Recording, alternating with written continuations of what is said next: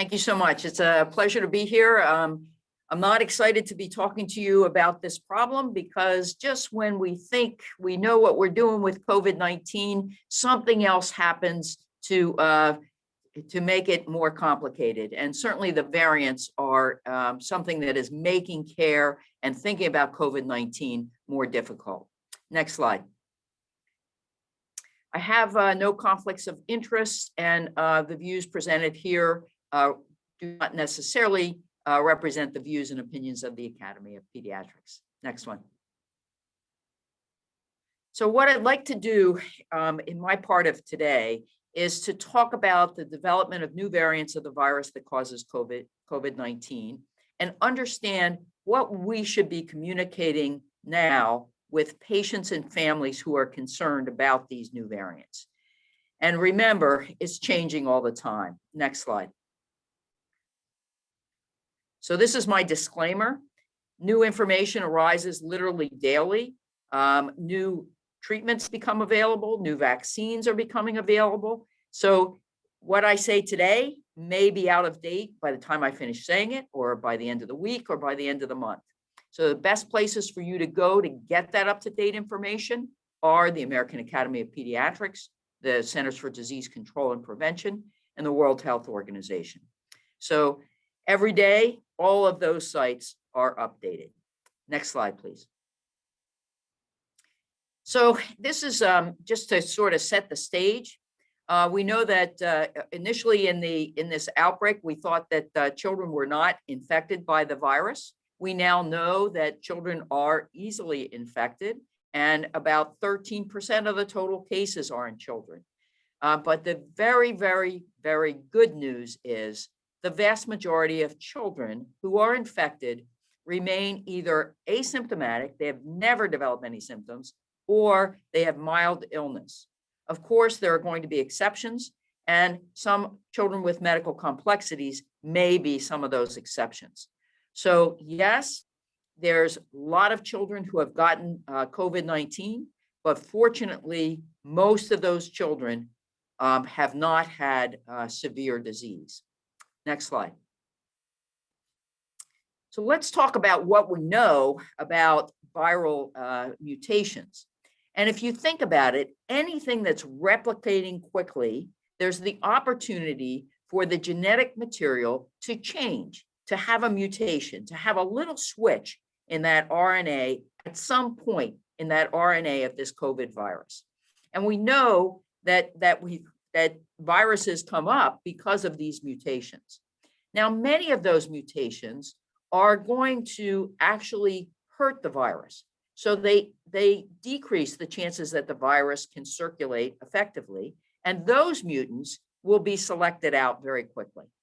However, there are some mutations that may give the virus an advantage, that may help it to replicate, that may help it to be more contagious, or that may somehow protect it against the immune system or against the antivirals that have been developed.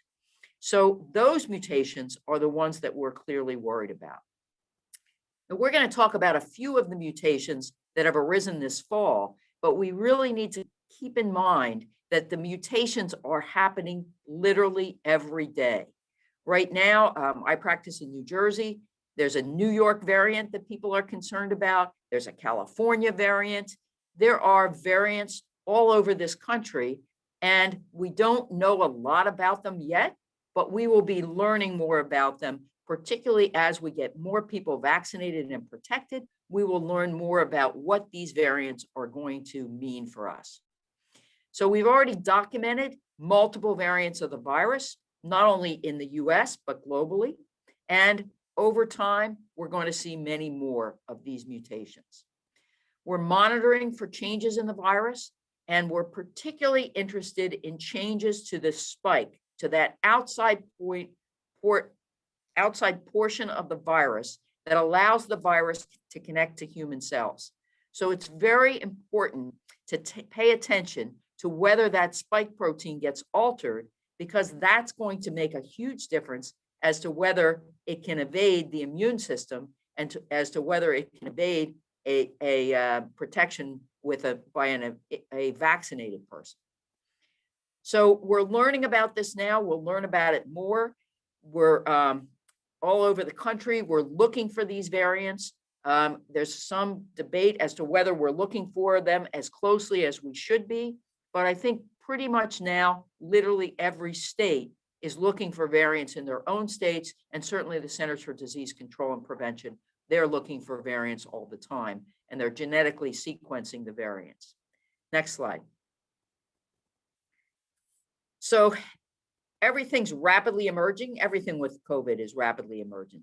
And what we're really, really interested is, do the mutations allow the virus to spread more easily? Does it cause more severe illness? And does it allow the virus to evade the immune system? It will also be important to see whether it allows the virus to evade the antivirals that we have. So all this information being accumulated now and every day as we speak. Next one. So let's talk about the 3 variants that have been best described. And all of this information is taken from the CDC website. And again, all that information is updated daily. So the 3 we're going to talk about, they're numbered. And I'm not going to expect you to remember the numbers. So we'll try to figure out easy ways for you to remember which variants we're talking about. So let's go to the next one. So the B.1.1.7 is otherwise known as the UK variant because that's where it was first recognized. It has a large number of mutations, and it's been detected not only in the UK, but around the world. And what the people in the UK noted was this virus it emerged in the fall, and it started to really go across the UK and to become the predominant strain. So the other thing that the people in the UK have found, because this is now their predominant strain, is they have reported that it may be associated with an increased risk of death compared to the other variants. In addition to the UK variant being in the UK, it is, of course, in the United States, and it has become very common within the United States. It is definitely our biggest, largest number of variants is this particular variant. And we began to see it at the end of December, but already, 3 months later, it's really spread broadly through the US. Next slide. The next variant, which is probably of even more concern, is the variant B.1.351. And this has also been called the South African variant. Now, the reason this is of greater concern is there's some evidence that it may evade the immune system of vaccinated people. So that at least the Moderna vaccine may not, the antibody that it produces may not neutralize this strain as well as it neutralizes the other strain.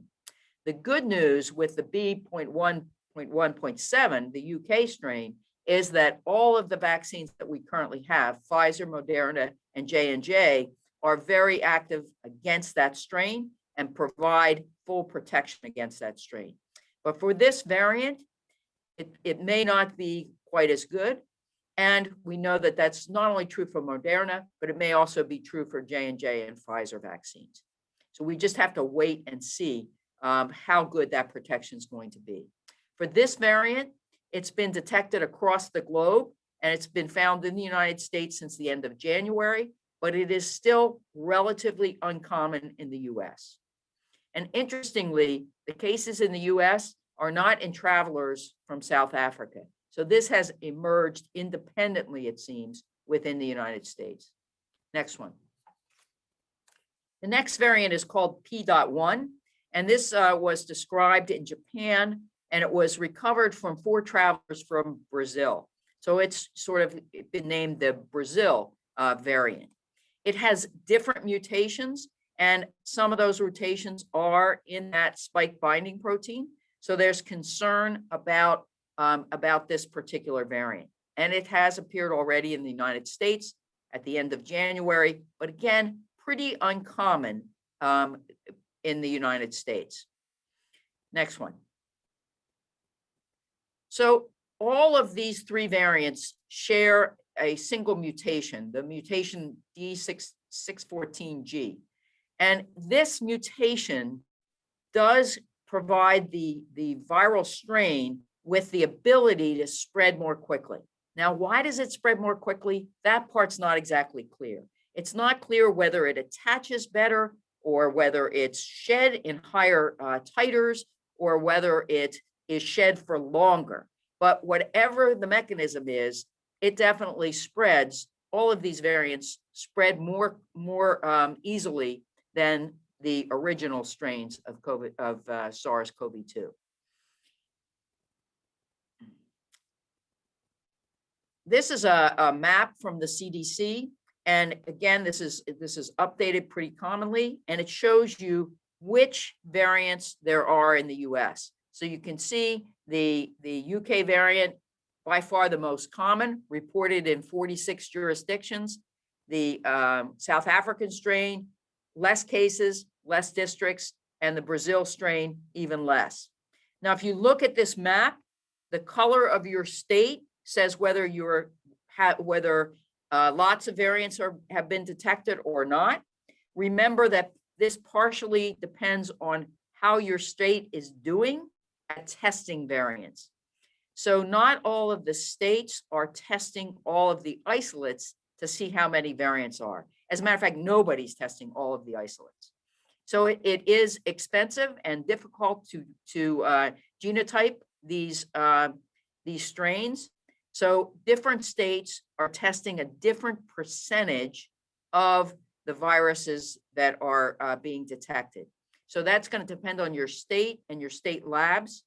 The CDC is also receiving specimens from all over the country, and they are testing them as well. Next one. So what are the things that we don't know yet? Well, we don't really know how widely these new variants are spread. We don't know any new variants that are evolving. We don't know whether all the variants spread more easily from person to person. We don't know for sure whether disease is more severe or maybe milder. You know, it's not necessarily in the best interest of the virus to kill off all the people that it infects.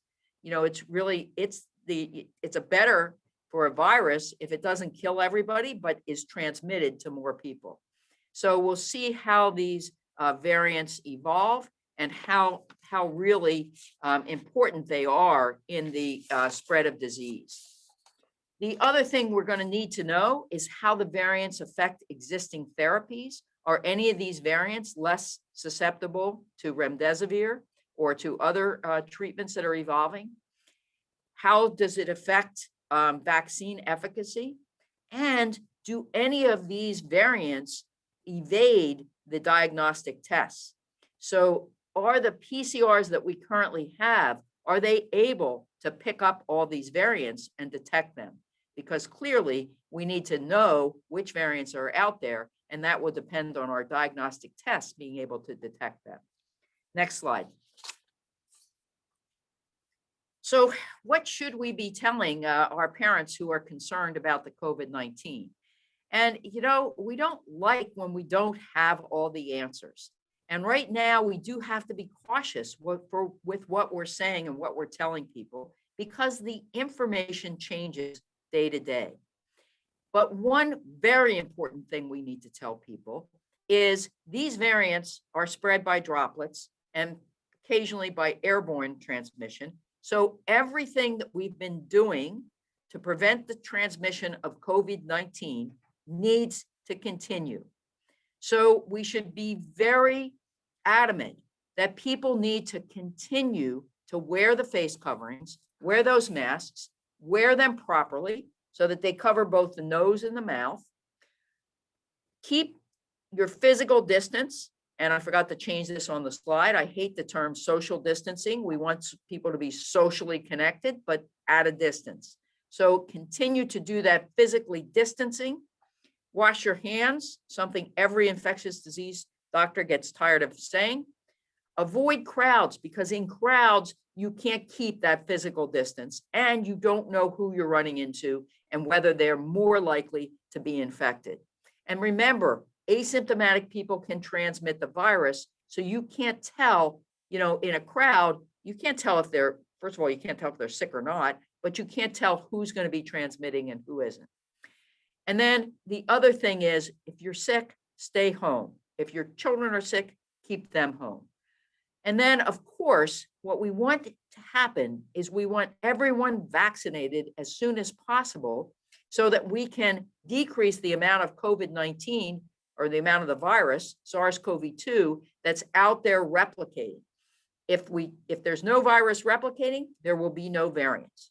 So very essential that people get vaccinated as soon as they can, and they should get vaccinated with whatever vaccine is available. We now have 3 vaccines that are available for use: the Pfizer vaccine, Moderna, and the J&J. And you should be getting whichever vaccine is available for you as soon as you can get it, and telling your patients the same. Next one. So what does this mean for children with medical complexity?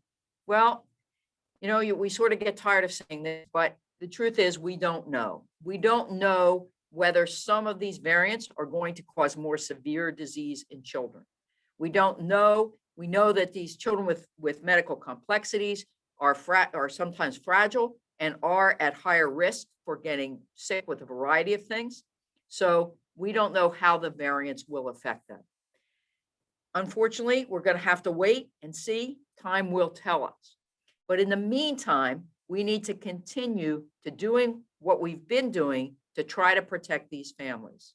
So wearing masks, physically distancing, avoiding crowds, washing hands, washing surfaces, and staying home when you're sick. These messages, we may get tired of giving them, but we need to even more now be vigilant about telling people to follow these public health mandates. Next one. So in summary, we know that some of the variants seem to spread more easily and more quickly than others, and we're concerned because this is going to lead to more cases of COVID-19. We have seen somewhat of a flattening of the curve, and in some areas we've actually seen increased disease.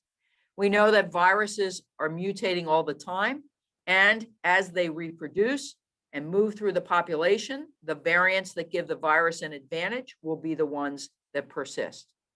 We're monitoring this closely. All of your states are trying to monitor this, and the CDC is monitoring it. But we're going to need very close continued surveillance, and we need public health dollars to ensure that the surveillance is taking place. We need rigorous and increased compliance with public health mitigation series. So now is not the time to get rid of mask mandates. Now is not the time to open everything up. Now is the time to maintain some vigilance. So we need to be careful. We need to do things in a staged way. And of course, there are some places where opening things up is perfectly appropriate, but it's not going to be in other places. So we just need to have patience, and we need to continue with our strategies: vaccination, physical distancing, masks, hand hygiene, isolation when you're sick with the virus, quarantine when you've been exposed. Those are what we need to do to stop the spread of all the variants and of the original SARS-CoV-2. Next one. Here are your resources. And again, things are changing all the time. I'm sure that we'll be hearing more about the variants that are emerging here in the US, and we'll see whether those are going to cause more problems or not. With that, I'm happy to take any questions.